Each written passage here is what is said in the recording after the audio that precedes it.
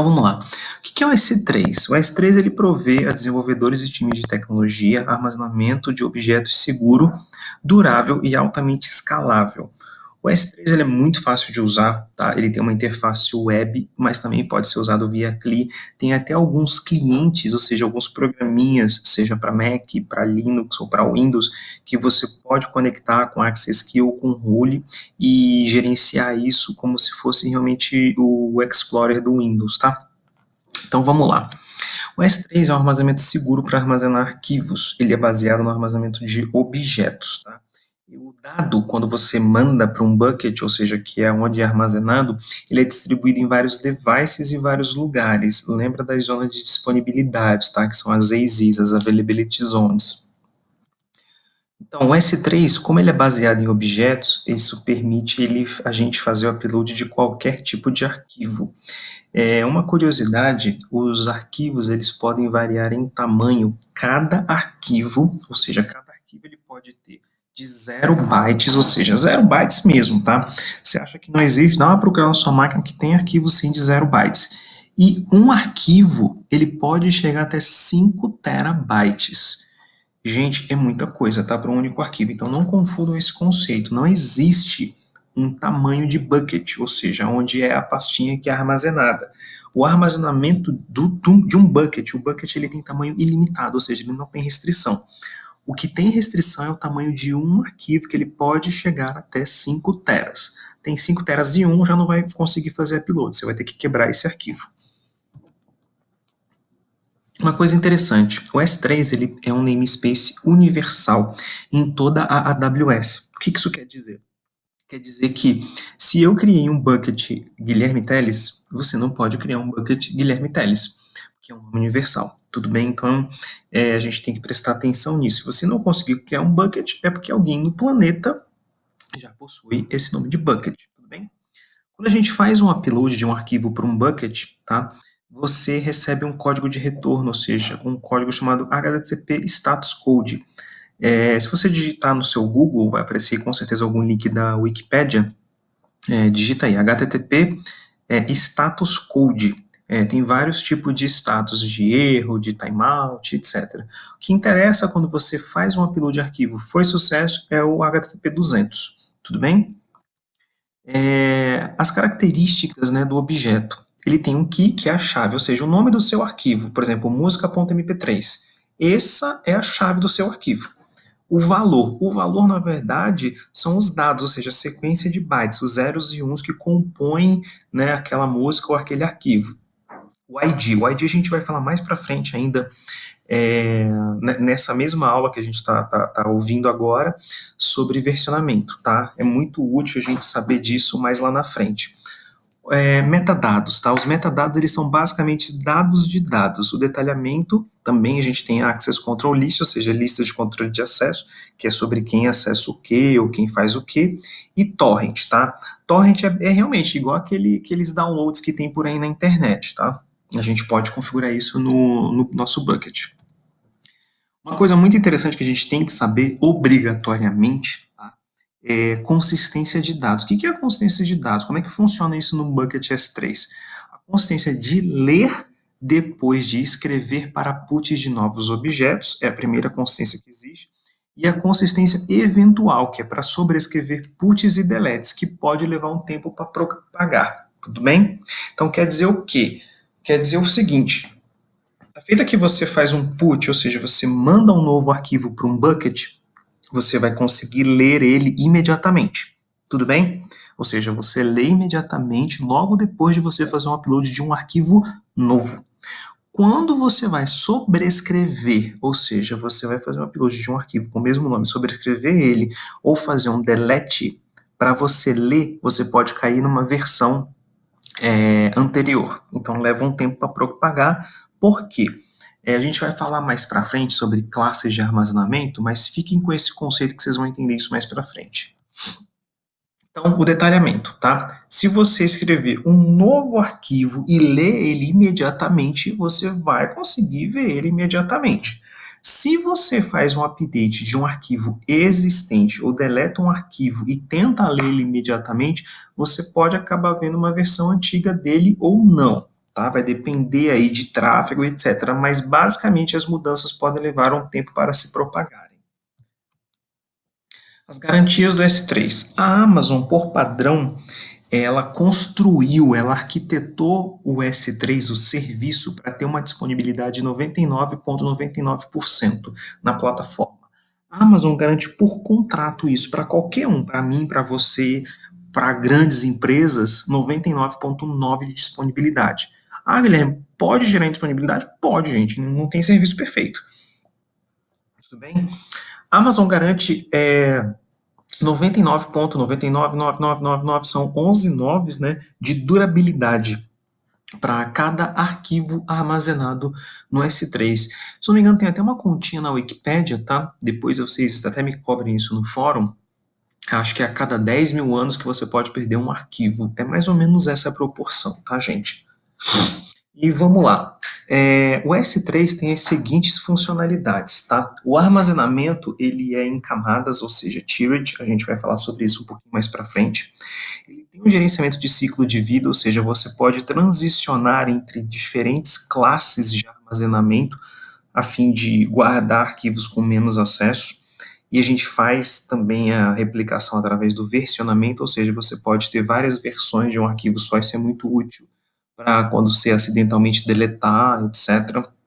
Você tem encriptação, tudo bem, então assim, é muito útil você manter os seus S3 encriptados, questão de segurança básica hoje em dia, né, muita gente falando de segurança, então assim, é uma pergunta até de entrevista, né, bucket encriptado é padrão.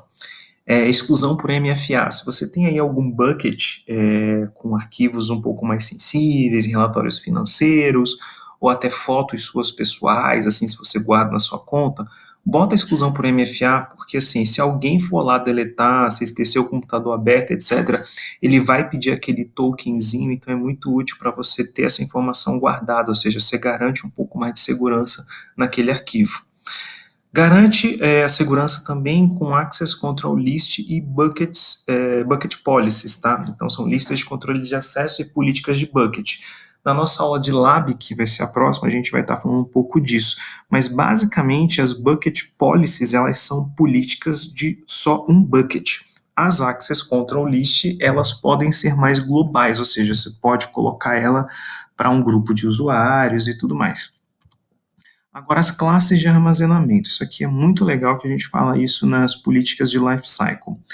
Primeiro temos o S3 Standard. O S3 Standard, ele garante aí 99,99% de disponibilidade e a durabilidade dos 11 noves, né? O armazenamento ele é redundante e entre múltiplos devices, ou seja, basicamente o S3 Standard ele se replica, né, em até 3 AZs, no mínimo de 2, tudo bem? A segunda classe é o S3 Infrequent Access, ou seja, um acesso infrequente. São para dados acessados menos frequentemente, mas requer um rápido acesso quando necessário. Ele tem um custo inferior ao S3 Standard, mas você pode ser cobrado por taxas de recuperações adicionais. Temos o S3 One Zone IA, ou seja, ele só fica numa zona. Ele é realmente uma opção muito mais barata e não requer múltiplas zonas de disponibilidade. Poxa, quer dizer que por isso vai perder? Não, quer dizer que num dado momento você não pode não ter o acesso tão imediatamente quanto você precisa. E a quarta opção é a classificação inteligente, chama Intelligent Steering. É uma classe específica, ela é nova, se não me engano, ela lançou no segundo semestre de 2019. Ela foi projetada para a própria Amazon ver quais são os dados que são mais ou menos frequentemente acessados, e a própria Amazon vai transicionando ele para as classes que são as que a gente está falando no próximo slide.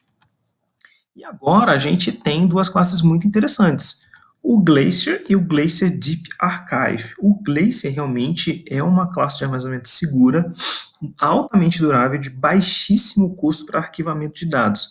Você pode armazenar com segurança qualquer quantidade de dados a custos bem competitivos ou muito mais baratos que soluções até locais, tá? O tempo de recuperação é de minutos até horas, ou seja, ele demora um pouquinho mais por ter, né, um armazenamento muito mais em conta. E o Glacier Deep Archive, ou seja, é o Deep mesmo Archive, aonde um tempo de recuperação aceitável de até 12 horas. Porém, o custo dele é de, assim, décimos do Glacier, tá? A gente tem uma tabela onde tem as várias classes, tá? Essa tabela foi retirada do próprio site da AWS, e uma coisa que a gente tem que pensar, olha só, projetado para resiliência, todos garantem os 11 noves. Então, assim, a durabilidade do arquivo vai estar lá, tudo bem? A disponibilidade, a zona de disponibilidade, você vê que pelo menos tem 3, né? E o OneZone IA, né, o OneZone Infrequent Access, que tem aí somente uma zona de disponibilidade. E a cobrança de armazenamento mínima, né, a partir do Intelligent Steering é de 30 dias. Uma coisa interessante para a gente ver é o seguinte, tipo de armazenamento é comum objeto para todas, e todas, né, na última linha ali, tem a transição do ciclo de vida, ou seja, você pode começar com a S3 Standard ou Intelligent Steering, né, e aí você vai transicionando, deixa a Amazon, né, ficar, às vezes, pensando e jogar, às vezes, para o Glacier ou para o Deep Archive. Uma prática muito utilizada por empresas é o seguinte, até o momento dessa gravação, tá, eu só tinha utilizado o Intelligent Steering umas 2 vezes, tá, porque ele faz realmente uma conta lá básica e vai jogando para o Infrequent Access, OneZone Infrequent Access, depois para o Glacier, depois para o Glacier Deep Archive. O que eu gosto de fazer é salvar no S3 Standard e depois de 30 dias joga para o Standard A, depois de mais 30 para o OneZone ou direto para o Glacier depois de uns 60 dias. Então, como é que a gente é cobrado pelo S3? Basicamente, o quanto que você armazena, a quantidade de requisições feitas, isso é muito interessante, a gente pensar, então, se vai ter uma aplicação ou algum usuário que acessa muito, a gente tem que fazer essas contas. Os tipos de classe de armazenamento, ou seja, a classe que tem um retorno mais imediato de recuperação de arquivos, ela é mais custosa do que, por exemplo, o Glacier Deep Archive. Por transferência de dados, dentro da AWS não é cobrado, mas para fora da AWS ou para outras contas, sim. Aceleração de transferência, ou seja, a gente pode botar o Transfer Acceleration para a gente poder mandar mais dados para a nuvem mais rapidamente, ou está transferindo de um país para outro, né, de uma região para outra. E replicação entre regiões, tudo bem, a gente também é cobrado por isso.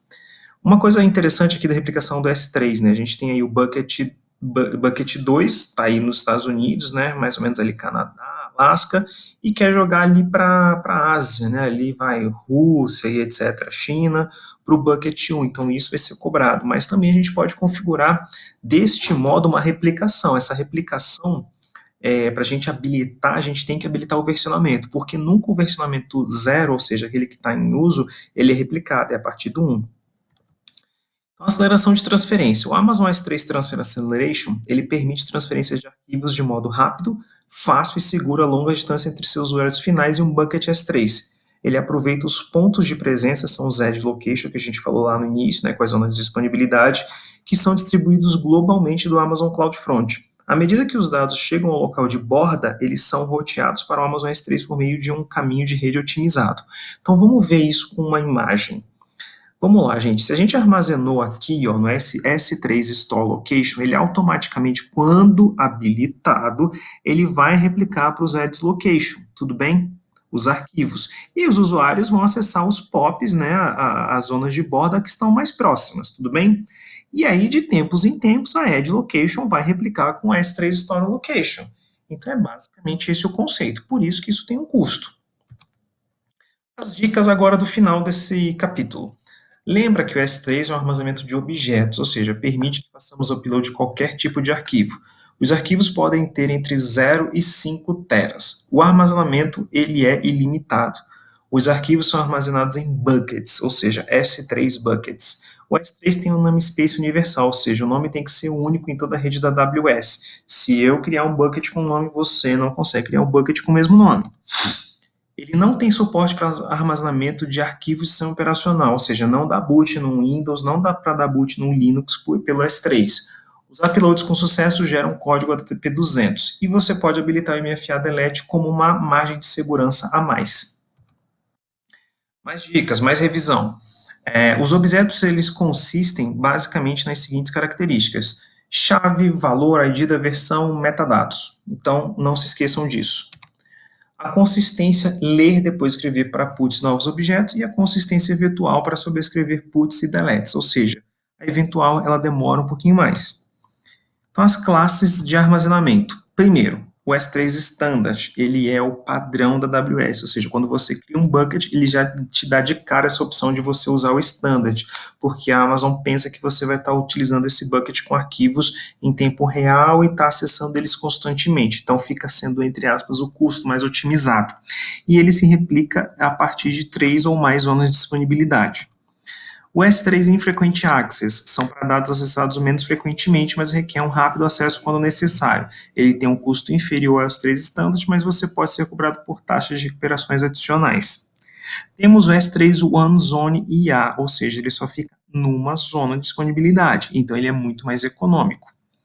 O S3 de classificação inteligente, o Intelligent Steering, ele é projetado para otimizar custos, movendo os dados automaticamente para a camada de acesso mais econômica, sem impacto no desempenho ou sobrecarga operacional.